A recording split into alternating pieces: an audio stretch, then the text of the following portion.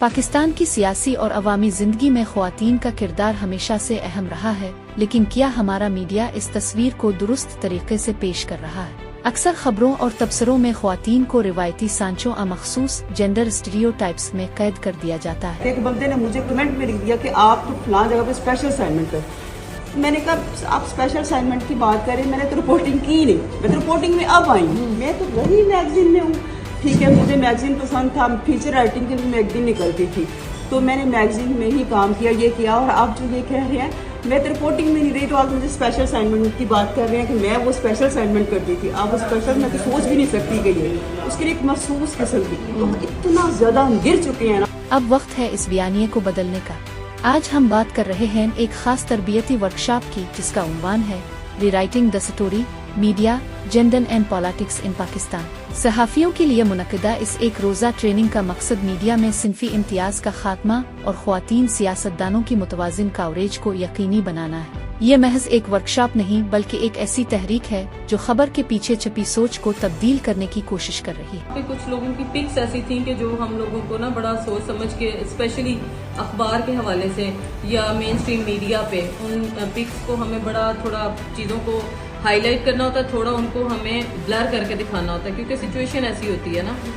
उसके साथ साथ इन्होंने जो मेन चीज़ें की कि जब भी किसी आप रिपोर्टर को भेजते हैं किसी वर्क के लिए, तो उसको हम प्रिकॉशंस नहीं बताते कि आपने अपनी बचत पहले रखनी है, बाद में आपने मैदान में उतरना है। तो यही हादसे की जो वजह सदफ के साथ बनी, बेसिकली वो यही थी कि पीछे से प्रेशराइज किया जा रहा था उसको कि नहीं आप फौरी तौर पे इमरान खान के पास पहुंचो, उसका आपने लेना है, शॉट लेना है। तो वो इसी हड़बड़ाहट में बेचारी जो है वो इस चीज़ का निशाना। आमतौर पर देखा गया है कि जब एक खातून सियासतदान की बात होती है तो मीडिया की तवज्जो अक्सर उनकी कारकर्दगी के बजाय उनके लिबास, खानदान और निजी जिंदगी पर होती है।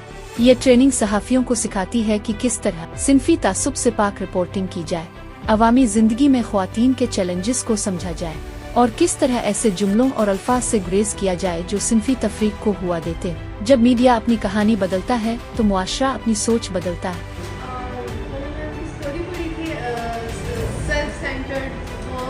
सेल्फीज के हवाले से जब ये ट्रेंड था बैक इन 2013 एंड 2014, तो लाहौर में एक इंसिडेंट हुआ था, ट्रेंड के सामने बैठे सेल्फी ली और जान से मिली। उर्दू की एक स्टोरी है, बेसिकली वैसे तो वो बड़ी परफेक्ट होती है, लेकिन उसमें अफगानिस्तान में रेडियो के उस चीज़ को थोड़ा वैरायटी भी उसमें लाई जा सकती थी कि और भी वर्ड्स उसमें यूज़ किए जा सकते थे। दूसरा उसमें जो चीज़ें यूज़ हुई हैं और कि तालिबान हुकूमत ने जो पाबंदी लगा दी है उस पर। इस ट्रेनिंग का असल मकसद एक ऐसा सहाफती माहौल पैदा करना है जहां सिर्फ की बुनियाद पर नहीं बल्कि काबिलियत की बुनियाद पर बात हो। बच्चे जो हैं हमारे वो मोटापे का शिकार हो रहे हैं, और ये मसला सिर्फ ये है कि हमारे मुल्क का नहीं है बल्कि ये पूरे वर्ल्ड का है।